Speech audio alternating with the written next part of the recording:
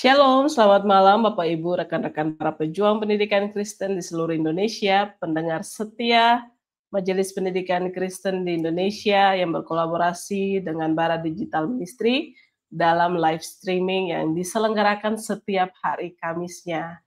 Dan puji Tuhan karena malam hari ini kita diberikan kesempatan untuk belajar kembali topik yang sangat menarik dan relevan untuk kita pelajari bersama-sama, dan bagaimana kita sebagai pengajar atau pendidik-pendidik Kristen semakin dibekali untuk memajukan pendidikan Kristen di Indonesia.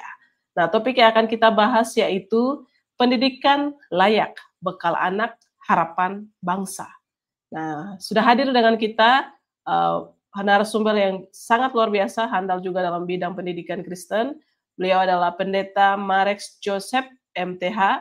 Beliau merupakan dosen teologi, juga sekaligus penyuluh agama Kristen Kota Batu, Jawa Timur. Kita akan bersama-sama belajar melalui hambanya, Pendeta Marex, pada malam hari ini. Dan 30 menit ke depan kita akan dibekali dengan materi yang memberikan kita pencerahan bagaimana kita dibekali untuk memberikan bekal kepada anak-anak yang kita didik. Pendidikan yang layak untuk anak-anak yang kita didik. Bapak Ibu jangan lupa untuk di-share juga kepada teman-teman atau rekan-rekan Bapak Ibu yang lainnya, supaya banyak orang juga belajar dan diberkati melalui sharing pada malam hari ini. Sebelumnya, mari kita berdoa terlebih dahulu. Mari kita berdoa.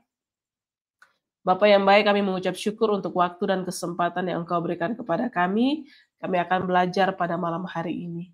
Kami mohon hikmat dan pimpinan kuasa Roh-Mu yang kudus, menolong dan memampukan kami untuk mengerti materi yang akan disampaikan oleh hamba-Mu yang Engkau percayakan untuk memberkati kami pada malam hari ini.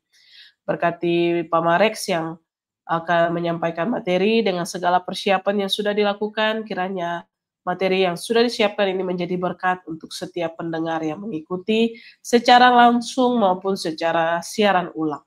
Terima kasih ya Bapak. Media perangkat yang kami gunakan semua Tuhan berkati agar boleh berproses dengan baik.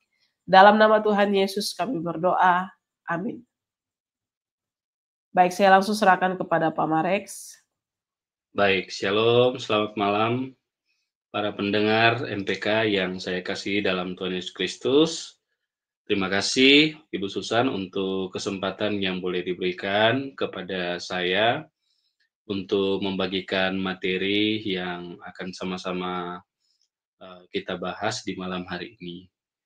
Materi hari ini ada dengan tema pendidikan layak, bekal anak, harapan bangsa. Ini tema yang sangat menarik untuk kita boleh diskusikan bersama di malam hari ini, Bapak Ibu sekalian, karena pendidikan hari ini menjadi bagian yang sangat penting untuk kita bicarakan. Bahkan hari demi hari, tahun demi tahun, bahkan berbagai macam perubahan yang boleh terjadi, tapi pendidikan menjadi salah satu bagian yang tidak boleh sama sekali diabaikan.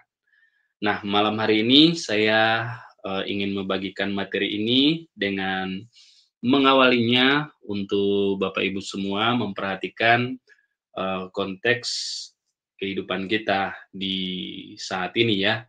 Bapak Ibu, kalau kita memperhatikan di sini ada banyak anak di Indonesia masih mengalami yang namanya kesenjangan atau ada gap dalam mengakses pendidikan yang layak.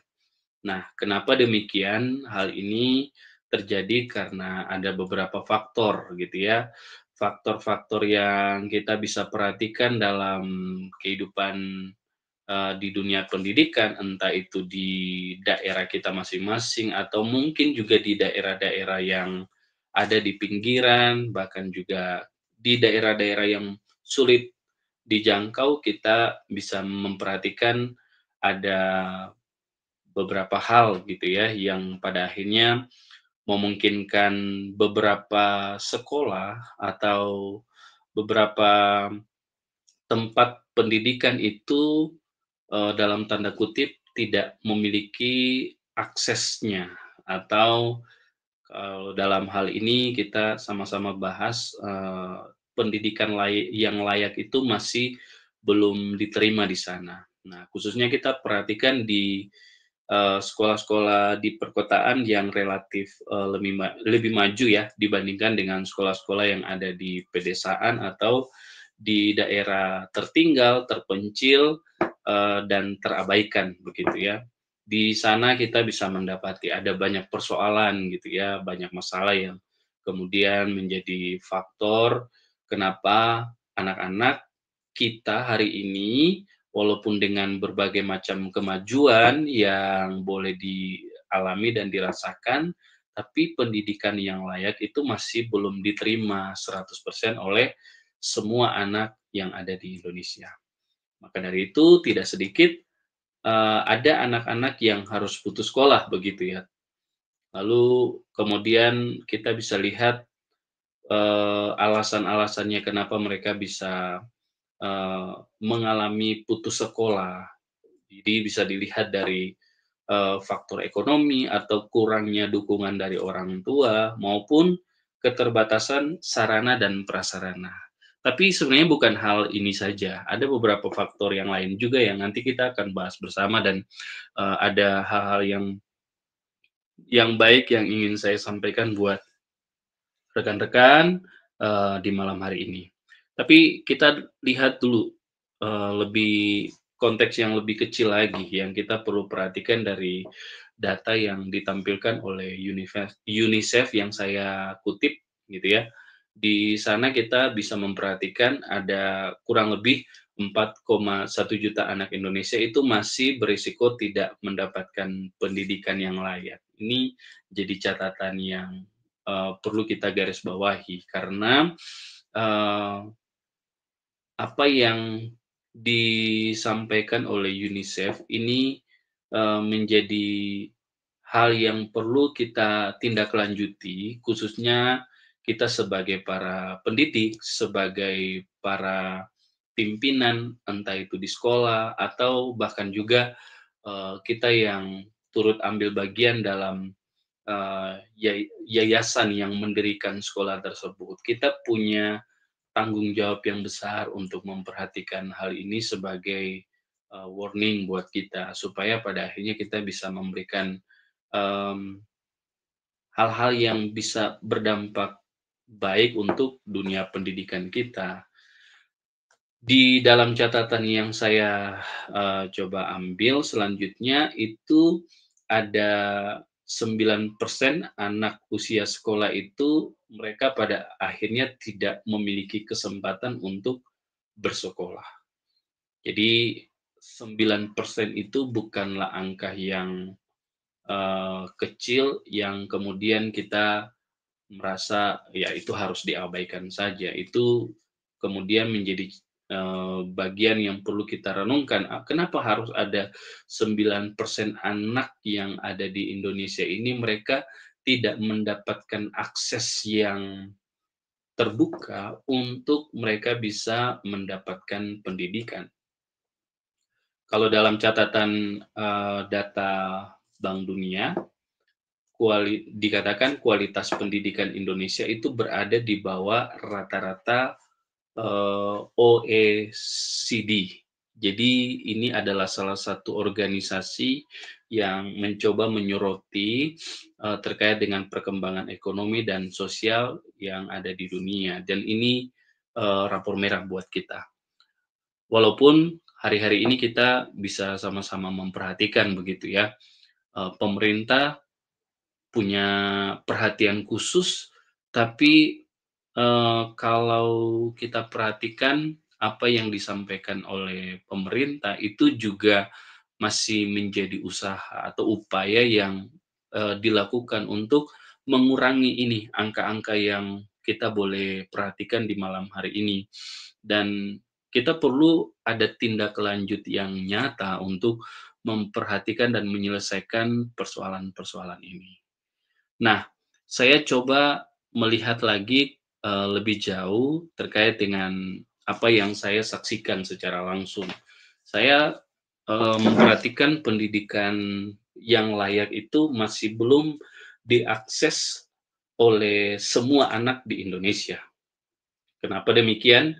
Karena eh, akses pendidikan itu hanya sangat diprioritaskan di beberapa daerah tertentu.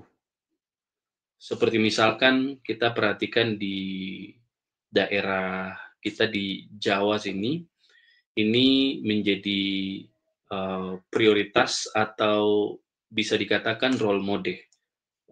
Pendidikan di Indonesia itu seperti apa, kita kiblatnya lihat ke eh, Indonesia di bagian barat, khususnya di Pulau Jawa. Sementara kalau kita perhatikan di beberapa daerah yang secara nyata saya kunjungi langsung dalam pengalaman pelayanan saya pernah tahun 2016 pergi ke daerah NTT. Di sana, khususnya di daerah Alor, saya mendapati ada banyak sekali anak-anak yang mereka itu merasa bahwa pendidikan itu bukanlah sesuatu hal yang penting.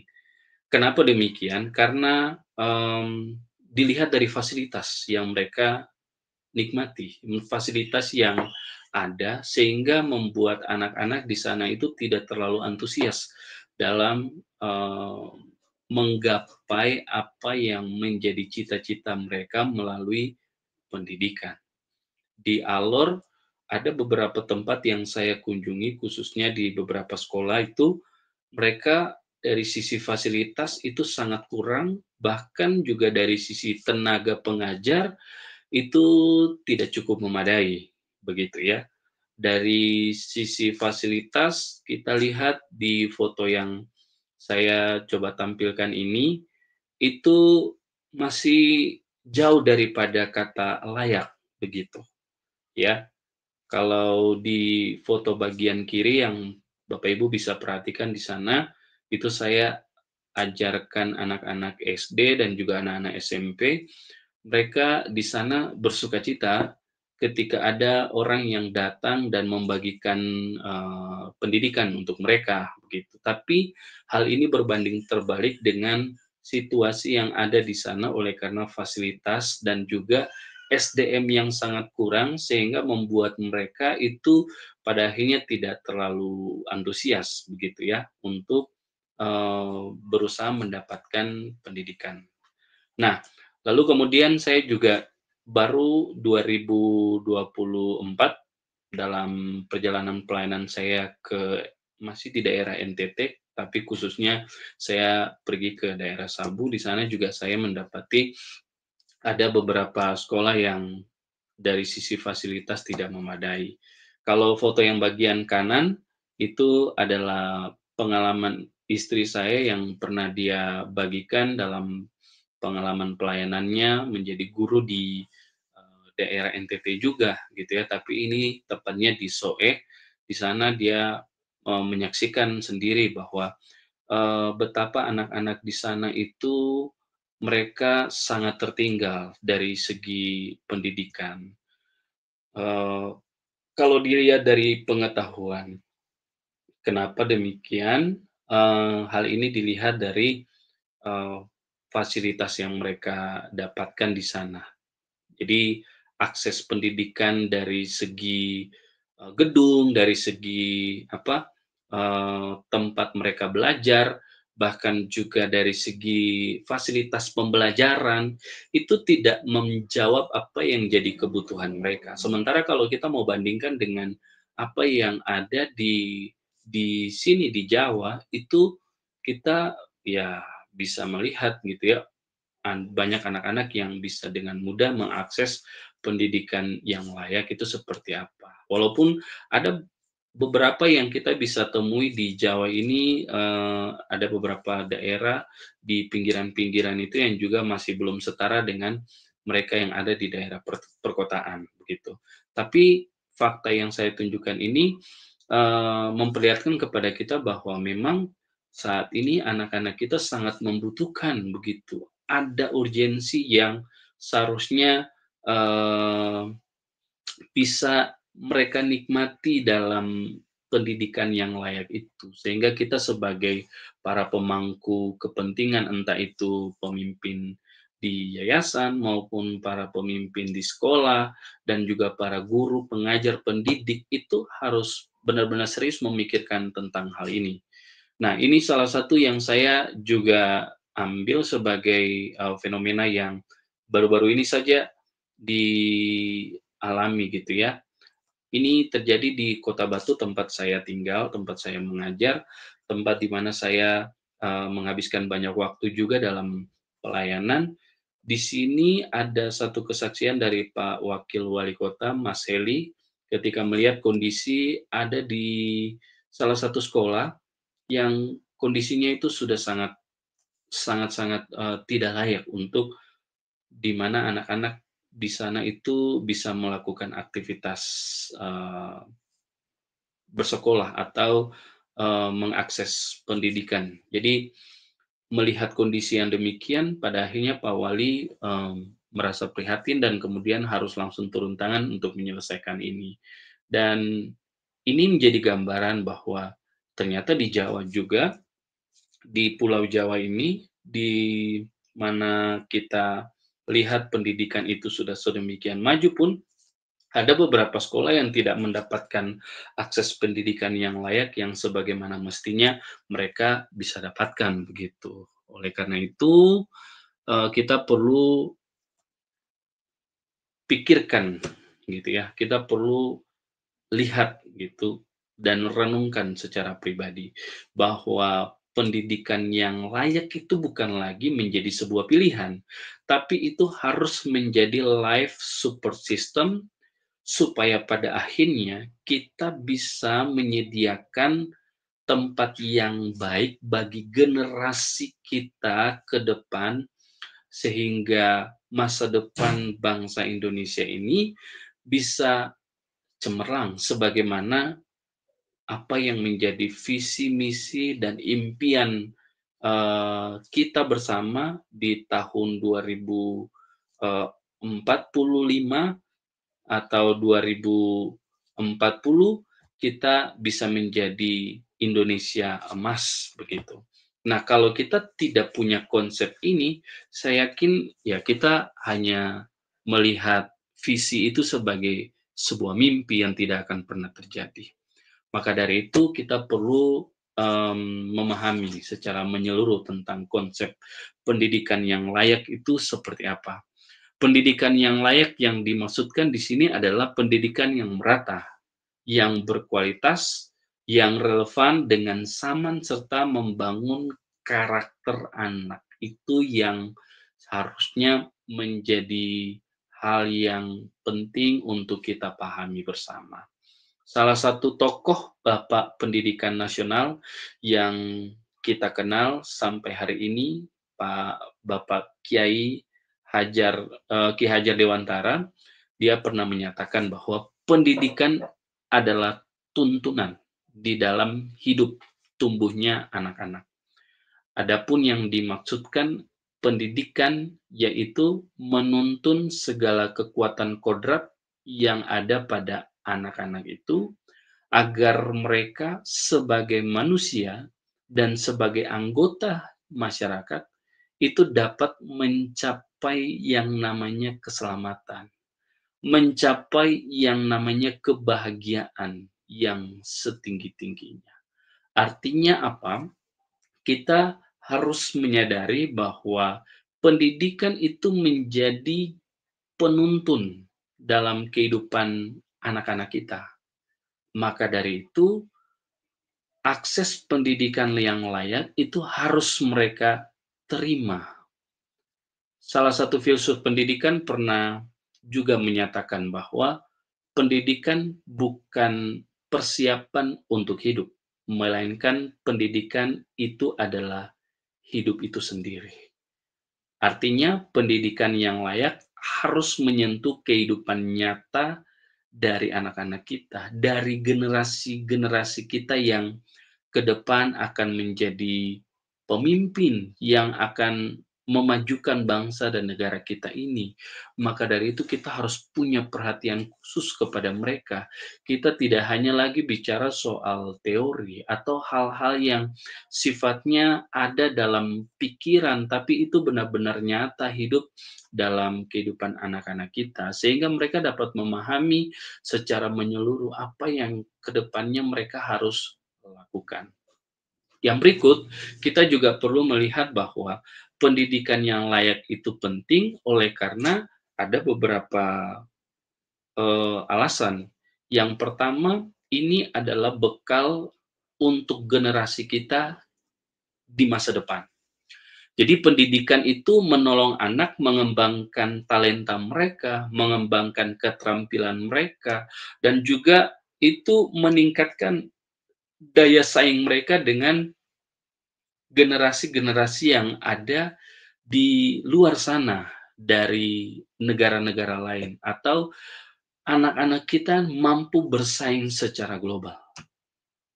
Nah, ini hal yang perlu kita perhatikan, menjadi urgensi untuk melihat bahwa anak itu harus mendapatkan pendidikan yang layak. Salah satu tokoh pendidikan yang cukup kritis menyuarakan tentang hal ini, yakni Paulo Freire. Dia pernah juga menyampaikan bahwa pendidikan itu harus dilihat sebagai praktek pembebasan yang mampu membawa anak itu lepas dari yang namanya kebodohan dan penindasan. Kita nggak boleh menganggap remeh tentang pendidikan yang layak kepada anak. Karena kalau kita menganggap remeh, maka yang terjadi ke depan adalah anak-anak kita akan dibodohi, dibodoh-bodohi, anak-anak kita akan ditindas, dan anak-anak kita tidak akan maju menjadi seorang pemimpin di masa depan, dan kemudian membawa bangsa ini menjadi lebih baik. Lalu kemudian yang kedua, kenapa pendidikan yang layak itu penting? Karena ini adalah bagian dari mimpi kita bersama, bahwa anak-anak kita ini adalah harapan bangsa. Bangsa ini dapat maju itu bukan hanya karena sumber daya alam yang kita miliki. Kita mungkin bisa bangga dengan apa yang kita punya dari SDA-nya kita, gitu ya. Tapi kita perlu bertanya juga, apakah SDM kita itu sangat memadai? Sehingga kita dapat melihat anak-anak kita, generasi-generasi kita yang nanti ke depan akan menjadi pemimpin ini, apakah mereka mampu kita hadirkan untuk menjadi harapan bagi bangsa ini. Salah satu tokoh yang sangat populer yang kita kenal dengan nama Nelson Mandela, dia pernah mengatakan bahwa education is most powerful weapon which you can use to change the world. Pendidikan itu menjadi jalan untuk kita dapat melakukan perubahan besar. Dan kita dapat memulainya dari hal-hal yang kecil. Kita tidak boleh menganggap enteng bahwa anak-anak yang hari ini ada untuk bangsa ini bukanlah menjadi bagian penting dari kehidupan masa depan bangsa kita. Justru itu menjadi pemikiran yang keliru. Anak-anak yang hari ini ada itu menjadi bagian dalam perjalanan kehidupan bangsa ini ke depan. Mereka adalah bagian yang terpenting untuk kita bisa investasi melalui pendidikan, sehingga kita dapat melihat perubahan besar akan terjadi ke depan dalam kehidupan bangsa kita. Yang berikut terkait dengan masih tentang pendidikan yang layak, ini menjadi bagian yang sangat penting, bahwa pendidikan yang layak itu pada akhirnya dapat mengurangi kesenjangan sosial. Jadi pendidikan itu adalah salah satu cara yang paling efektif untuk kita dapat keluar dari lingkaran kemiskinan. Hari ini kita bisa lihat ada banyak usaha yang dilakukan oleh pemerintah untuk mengentaskan yang namanya kesenjangan sosial atau kemiskinan. Hal itu harus didasari dengan pendidikan, tidak bisa dengan hal-hal yang lain. Kalau program yang terbaru itu terkait dengan MBG. Betul, saya setuju dengan apa yang jadi konsep dari pemerintah yang hari ini juga melihat bahwa makanan bergizi gratis itu juga menjadi bagian untuk mendukung pendidikan yang layak untuk anak. Tapi yang paling esensial dari itu adalah bagaimana anak sungguh dapat gitu ya, pendidikan yang layak itu melalui semua proses pembelajaran yang dia alami di sekolah.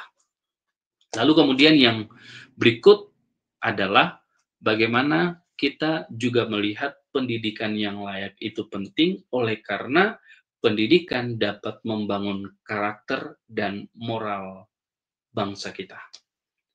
Gitu ya. Salah satu ahli pendidikan karakter dia pernah menjelaskan bahwa tanpa pendidikan karakter anak hanya akan menjadi cerdas tapi bisa berbahaya bagi masyarakat. Di satu sisi kita bisa lihat pendidikan yang layak itu adalah bagian yang wajib kita berikan, tapi pendidikan yang layak itu bukan hanya bicara tentang fasilitas. Pendidikan yang layak itu juga berbicara tentang kualitas para pendidik dan pengajar. Disinilah letak fungsi dan tanggung jawab kita sebagai pengajar dan pendidik. Kita harus menanamkan nilai-nilai karakter dalam setiap upaya pendidikan kita. Di sanalah kita dapat memberikan pendidikan yang layak bagi anak. Sehingga pada akhirnya ke depan kita dapat mengalami perubahan yang signifikan oleh karena anak-anak kita boleh dipersiapkan mulai dari hari ini. Kita kembali kepada apa yang pernah diajarkan di dalam Alkitab yang menjadi landasan pemikiran kita sebagai orang-orang percaya. Amsal 22 ayat 6 misalkan, penulis pernah mencatat dalam Amsal 22 ayat yang ke-6 bahwa mendidik anak sejak dini itu adalah investasi jangka panjang. Jadi itu bagian yang tidak boleh kita abaikan. Kalau hari ini kita bisa melihat anak-anak kita mendapatkan pendidikan, itu adalah hal yang baik untuk kita ke depan. Itu adalah investasi terbesar kita. Mungkin hari ini belum terlihat, tapi 5-10 tahun ke depan bahkan lebih, kita dapat melihat perubahan besar terjadi di tengah-tengah bangsa kita oleh karena anak-anak kita dapat pendidikan yang layak sejak dini. Ulangan 6 ayat yang ke-6 dan ayat yang ke-7 juga menekankan hal yang sama, tapi dilihat dari sisi tanggung jawab. Dimulai dari orang-orang terdekat. Jadi pendidikan itu adalah tanggung jawab keluarga, pendidikan itu adalah tanggung jawab dari komunitas iman, orang percaya, bahkan juga pendidikan itu bukan hanya bicara tentang bagaimana anak itu bisa bersekolah saja, tapi dia sungguh mengetahui tentang tanggung jawab dia dalam perjalanan kehidupannya ke depan. Salah satu tokoh gitu ya dalam Alkitab yakni Yesus sendiri telah memberikan teladan yang baik. Yesus sebagai sang guru yang agung itu telah menunjukkan kepada kita bahwa mengajar itu bukan hanya dengan kata-kata kita, tapi juga harus melalui teladan hidup. Yesus berkali-kali menunjukkan contoh yang nyata dalam pelayanannya dia ketika dia berkhotbah, ketika dia menyampaikan pengajarannya. Dia tidak hanya menyampaikan itu melalui perkataannya dia, tapi juga melalui tindakan yang dia lakukan. Ketika ada anak-anak yang datang, dia menyambut dengan tangan terbuka, dia memberikan pengajaran yang baik kepada banyak orang yang saat itu mengikuti dia, dan dia selalu meminta supaya mereka melihat anak itu sebagai pribadi yang penting, menjadi bagian dalam kerajaan surga. Lalu kemudian yang terakhir dari perspektif Alkitab, kita dapat melihat bahwa pendidikan yang layak itu sudah sejak dahulu ditekankan. Ini kita dapat lihat dalam prinsip Imago Dei yang sudah difirmankan sejak pertama kali manusia itu diciptakan. Teman-teman bisa perhatikan bahwa setiap anak itu adalah gambar Allah. Ingat, gambar Allah, Imago Dei. Mereka, artinya mereka itu berharga. Mereka layak untuk mendapatkan yang namanya pendidikan yang pada akhirnya dapat memanusiakan mereka secara pribadi. Jadi konsep Imago Dei itu karena melekat dalam kehidupan kita manusia, dalam kehidupan anak, maka kita punya tanggung jawab yang besar untuk mengajarkan mereka menjadi orang-orang yang ke depan dapat membawa perubahan karena mereka memiliki karakter yang baik dan yang benar. Bapak, Ibu, dan saudara yang terkasih dalam Tuhan Yesus Kristus, dalam bagian yang tadi sudah saya sampaikan, tentunya bukanlah hal yang mudah untuk kita bisa menerapkan itu dalam kehidupan kita. Oleh karena kenyataannya, kita berhadapan dengan tantangan yang ada. Kalau dalam konteks kita saat ini, tantangannya itu apa? Yang pertama, kita bisa lihat kesenjangan digital yang ada, gitu ya. Dan ini menjadi tantangan yang nyata dalam kehidupan anak-anak kita yang saat ini sedang berusaha untuk ambil bagian dalam mengakses yang namanya pendidikan, begitu.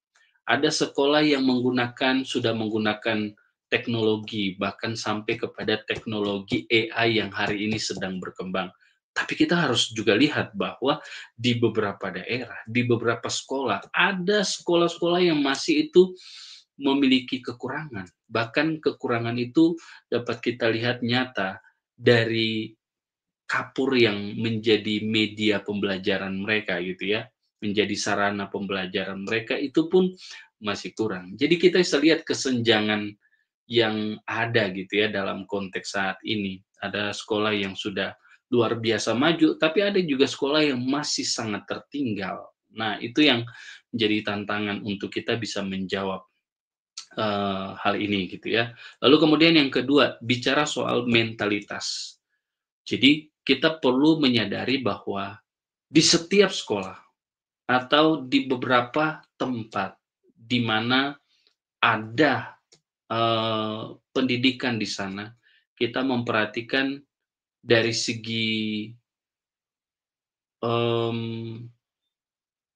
pembelajaran yang terjadi, entah itu di sekolah atau tempat di mana anak-anak itu bisa mengakses pendidikan. Ada beberapa yang juga kita bisa lihat itu hanya sebagai sebuah formalitas. Jadi yang terpenting anak bisa tahu, yang terpenting anak mendapatkan pengetahuan, yang terpenting anak hanya terisi kognitifnya saja, tanpa perlu kita bisa lihat bahwa pendidikan karakter, pembentukan karakter, itu juga menjadi hal yang urgent, hal yang sangat penting. Makanya di beberapa tempat ada para pengajar pendidik yang datang itu hanya untuk memenuhi kuota mengajarnya mereka. Jadi mereka datang ngajar selesai pulang. Itu bukanlah pendidikan yang layak yang seharusnya diterima oleh anak-anak kita. Kita sebagai para pendidik punya tanggung jawab untuk melihat itu, bahwa proses pendidikan untuk dialami anak itu harus dimulai dari pembentukan karakter. Lalu kemudian yang ketiga, ini nyata terlihat dalam beberapa slide tadi yang sebelumnya yang sudah saya tampilkan terkait dengan pengalaman saya berkunjung langsung ke daerah timur maupun daerah yang paling barat. Kalau istri saya itu Nias, saya pernah pergi ke Nias, saya pernah mendapati di sana ada sekolah yang sebenarnya tidak layak. Sekolah yang jauh di tengah hutan, sementara di sana anak-anak rajin datang ke sekolah, tapi guru-gurunya itu tidak mau datang ke sana untuk mengajar anak-anak. Makanya di awal Januari tahun 2025 ini pernah ada satu video viral kan, yang 3 anak datang ke sekolah, lalu kemudian mereka mengeluhkan ada guru-guru yang tidak ada satupun guru yang datang ke sekolah itu untuk mengajar. Nah, ini catatan kita, ini tantangan yang kita bisa lihat, krisis guru inspiratif. Jadi banyak guru yang kemudian berhenti, mereka hanya hadir sebagai pengajar, tapi tidak hadir sebagai pendidik yang sejati. Mereka kadang mengabaikan tanggung jawab mereka untuk mengajar dan mendidik anak. Itu hal yang sangat tidak patut untuk dicontoh, dan itu menjadi tantangan dalam kehidupan anak-anak kita saat ini.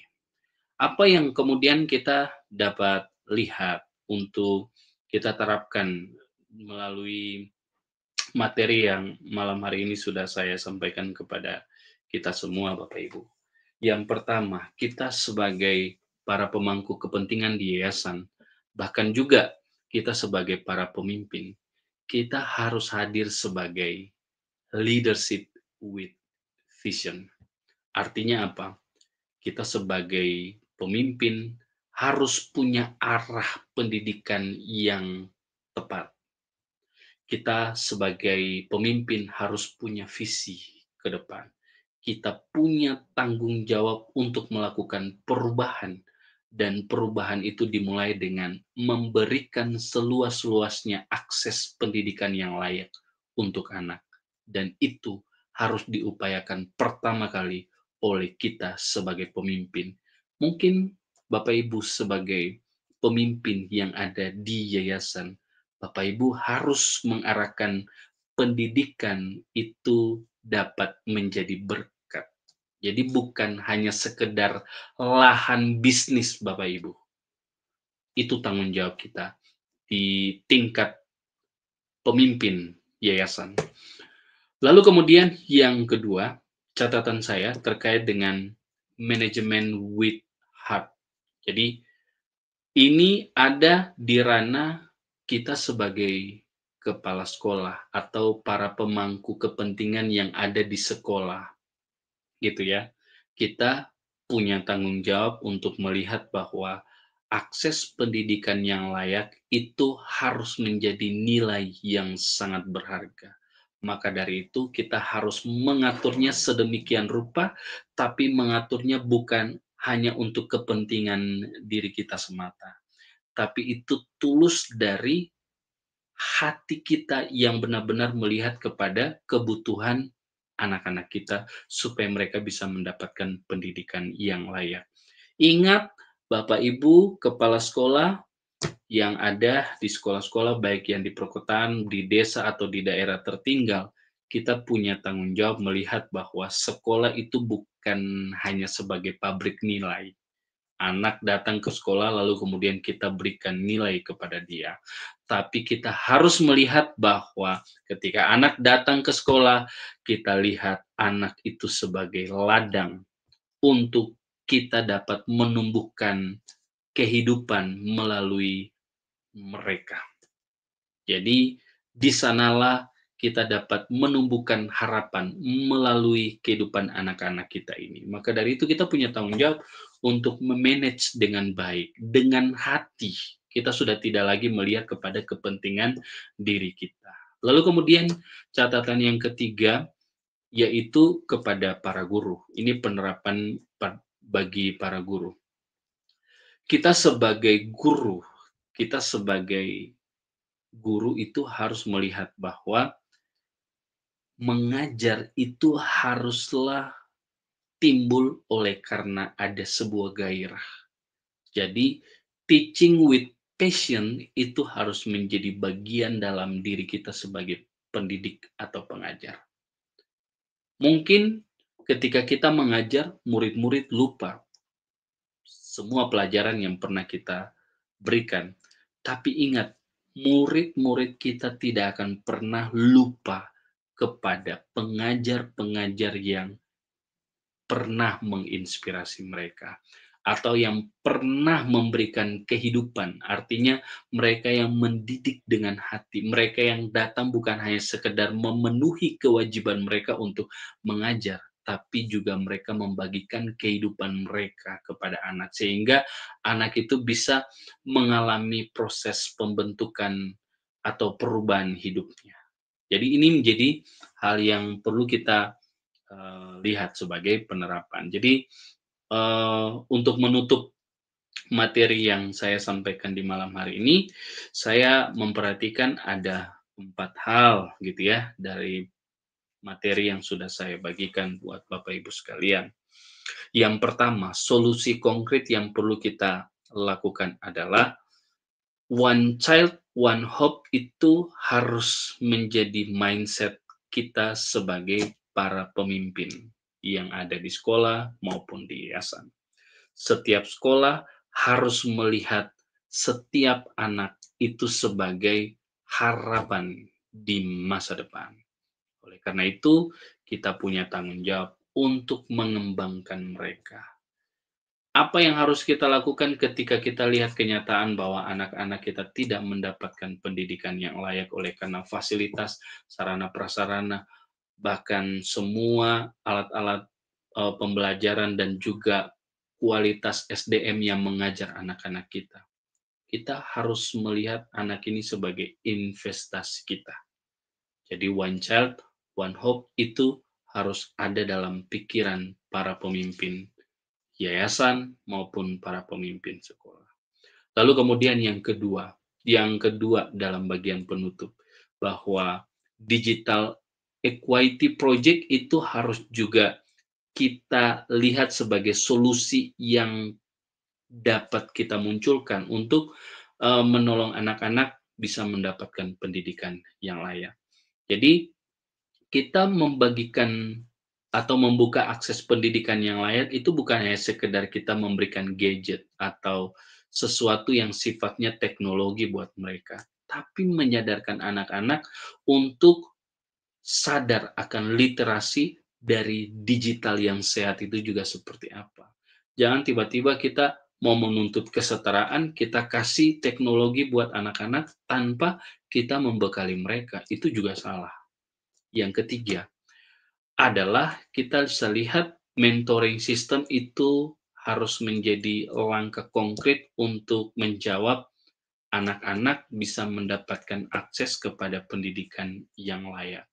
Jadi guru harus hadir, pendidik, pengajar harus hadir, bukan hanya sebatas orang yang mentransfer ilmu, tapi orang yang membagikan kehidupan. Artinya harus menjadi mentor yang baik, harus menjadi pembimbing yang benar, harus bisa menjadi teladan buat mereka. Bahkan kita harus bisa membagikan apa yang seharusnya mereka bisa nikmati sebagai anak-anak yang ke depan dapat memberikan perubahan buat bangsa kita. Yang keempat, yang terakhir, yaitu kolaborasi komunitas. Sekolah, gereja, yayasan, pemerintah, masyarakat, bahkan semua kita punya andil, punya bagian untuk dapat berangkulan, bergandengan tangan, punya tanggung jawab untuk bergerak bersama supaya pada akhirnya anak-anak kita bisa menikmati pendidikan yang layak. Sehingga menjadi sangat tepat untuk kita dapat bermimpi ke depan bahwa pendidikan yang layak itu menjadi bekal yang penting untuk anak dan harapan bagi bangsa kita. Kiranya Tuhan Yesus boleh memberkati kita. Saya kembalikan kepada Ibu Susan. Iya. Wah, luar biasa sekali pemaparan dari Pak Marex pada malam hari ini yang sudah membekali kita, membuat kita belajar bahwa pendidikan layak hari ini bukan lagi sekedar pilihan, tetapi life support system bagi masa depan bangsa ya Pak ya. Ini adalah tanggung jawab kita bersama karena pendidikan layak akan menjadi bekal anak untuk mengembangkan talenta dan daya saing secara global. Sekaligus juga menjadi harapan bangsa dengan menghasilkan sumber daya manusia yang berkualitas. Terima kasih sekali untuk Pak Marex buat pemaparan yang sangat luar biasa pada malam hari ini. Ada sekitar 1 dan 2 pertanyaan yang akan saya tanyakan pada malam hari ini, Pak, melalui beberapa pertanyaan yang masuk. Jadi karena kita cukup terbatas juga dengan waktu, jadi saya membatasi 1 2 pertanyaan saja. Pertanyaan yang pertama, jika kita melihat dalam konteks Indonesia saat ini ya, Pak, bagaimana kita bisa mengukur bahwa pendidikan itu sudah berhasil mengurangi kesenjangan sosial dan mengeluarkan anak dari lingkungan kemiskinan? Bagaimana pendidikan dapat membantu anak untuk mengembangkan, apa, semangat juang mereka untuk belajar, kepintaran mereka dan sebagainya, Pak, di tengah-tengah kesenjangan sosial yang terjadi di Indonesia saat ini? Iya, baik. Ini dari apa yang saya amati, yang saya perhatikan, mmm, waktu saya turun pelayanan ke Sabu misalkan ya. Di Sabu itu, mmm, anak-anak di sana itu, jarak dari rumah ke sekolah itu masih cukup jauh. Anak-anak itu biasanya ke sekolah masih menggunakan, akses jalan kaki. Jadi tidak menggunakan kendaraan dan lain sebagainya. Kalaupun ada, kendaraan yang digunakan, itu pasti orang tua mereka yang mengantarkan dengan alat transportasi yang seadanya, gitu ya. Nah, kalau ditanya bagaimana kita mengukur bahwa pendidikan itu sudah berhasil mengurangi kesenjangan sosial dan mengeluarkan anak dari lingkaran kemiskinan, cara mengukurnya itu ya karena kita sudah ada dalam, konteks yang sangat terbuka oleh karena perkembangan teknologi dan digital, itu membuat kita mampu menganalisa dengan sangat mudah gitu ya, dengan sangat mudah sehingga kita bisa lihat kenyataannya bahwa anak-anak yang ada di Jawa dengan anak-anak yang ada di daerah ujung timur dan ujung barat, itu tidak memiliki akses yang seperti yang diterima atau yang dinikmati oleh anak-anak kita yang ada di Jawa sini, begitu. Nah, kalau ditanya apa solusi konkretnya atau apa yang harus kita lakukan sebagai, eee, didik gitu ya, sebagai orang-orang yang punya tanggung jawab untuk melakukan perubahan dan perkembangan terhadap anak, hal yang pertama yang kita harus lakukan ya yakni kita lihat kepada, eee, apa yang seharusnya kita lakukan dan itu dimulai dari diri kita, gitu ya. Dimulai dari diri kita dengan, menyadari bahwa pendidikan itu adalah hal yang mutlak dinikmati oleh semua anak di Indonesia, tanpa terkecuali. Kita nggak bisa lagi memprioritaskan hanya di Jawa sini saja, tanpa melihat atau pura-pura tidak memperhatikan bahwa ada anak-anak di Indonesia Timur, ada anak-anak di bagian paling ujung barat itu tidak mendapatkan akses pendidikan yang sama, begitu. Sehingga ke depan kita harus memberikan masukan kepada pemerintah, kepada pihak-pihak stakeholder yang punya peran aktif untuk, ada dalam bagian perubahan supaya anak-anak secara keseluruhan bisa mendapatkan pendidikan dan itu mampu merubah dan membawa anak kepada pengembangan diri mereka, begitu.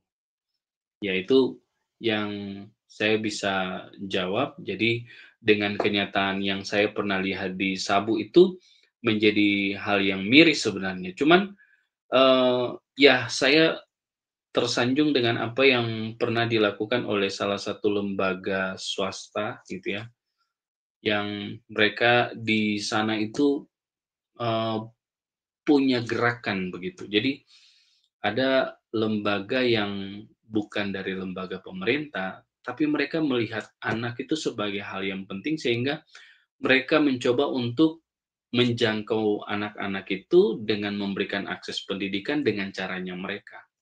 Bahkan sampai kepada hal-hal gizi pun itu diperhatikan gitu ya. Jadi kita pernah lihat bersama di daerah NTT itu sangat banyak PPA. PPA itu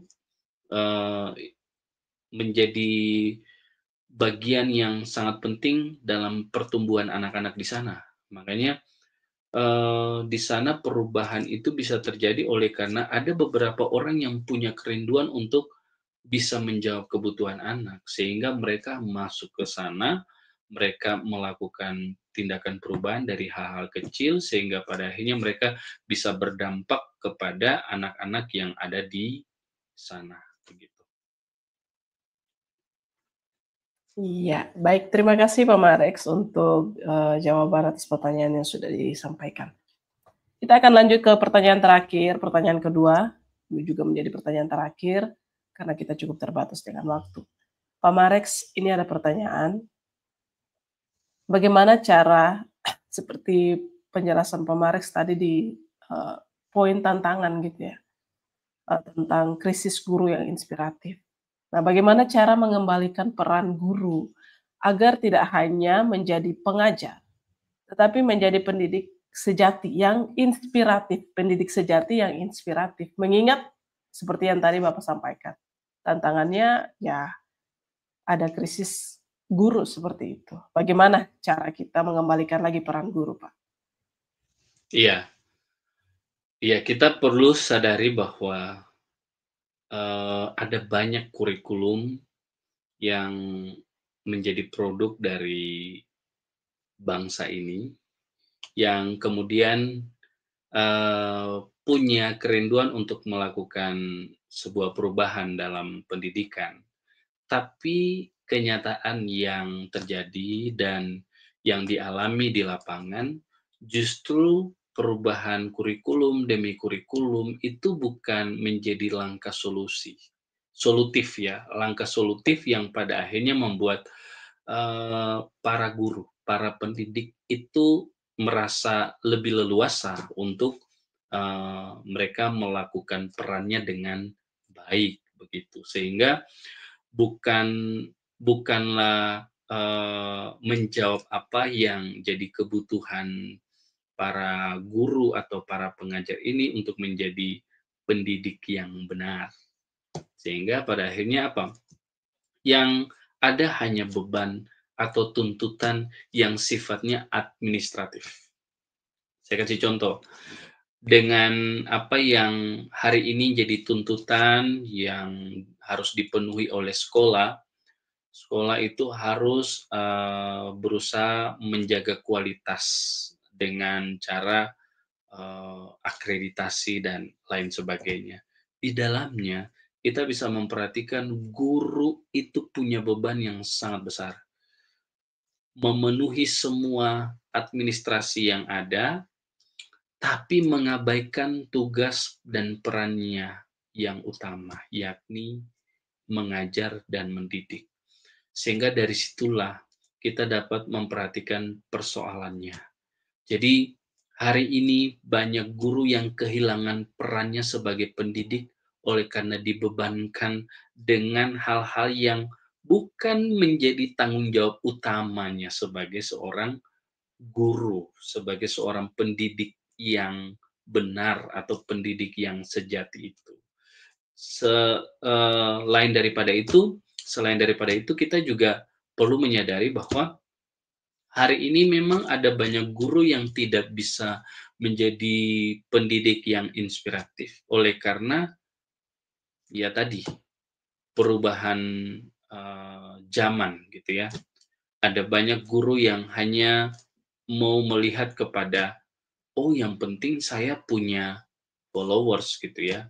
Saya punya pengikut gitu. Makanya banyak hari ini para guru kita mungkin dari segi sosial media itu inspiratif, tapi tidak bagi anak-anak.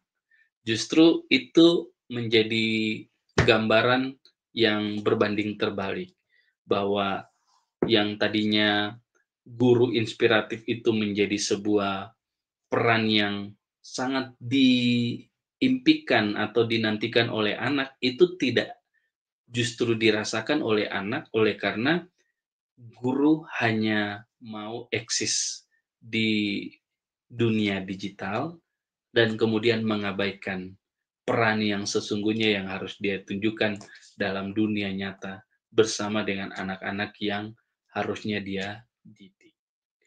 Maka dari itu menjadi sangat penting untuk saya ingatkan kepada kita semua sebagai para pengajar pendidik. Ayo kembali kita ingat kepada panggilan kita.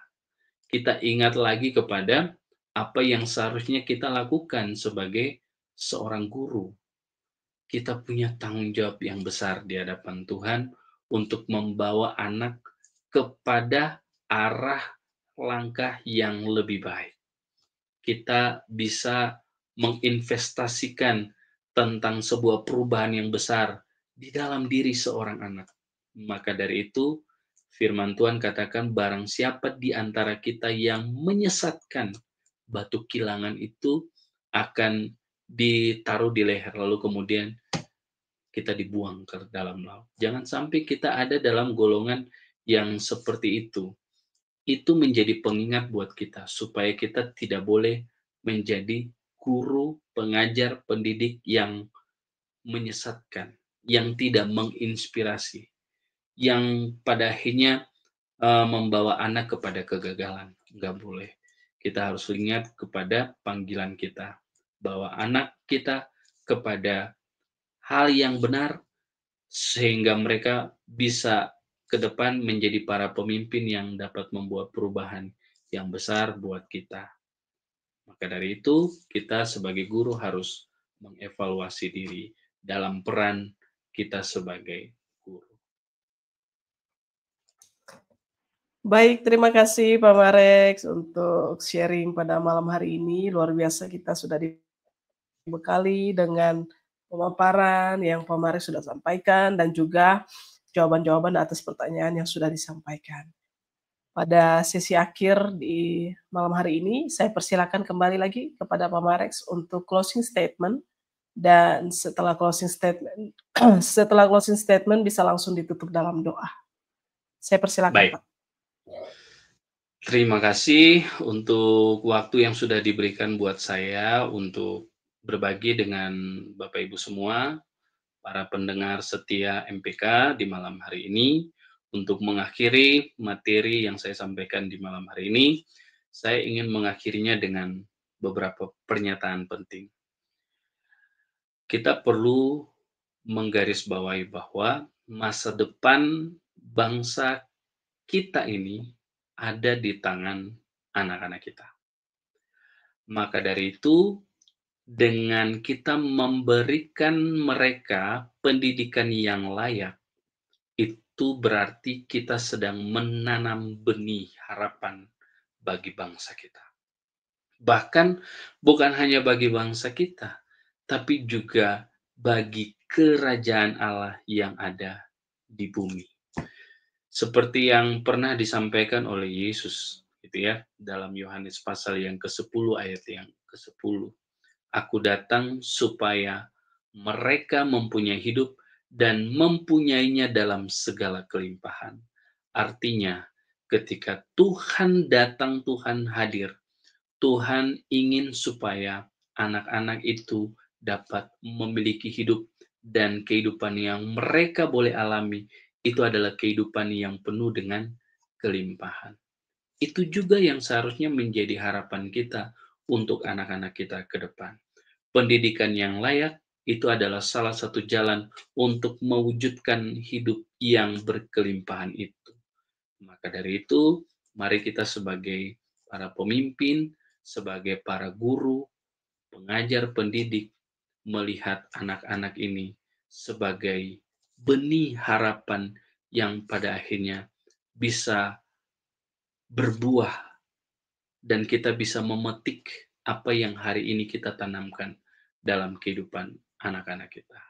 Tuhan Yesus memberkati kita semua.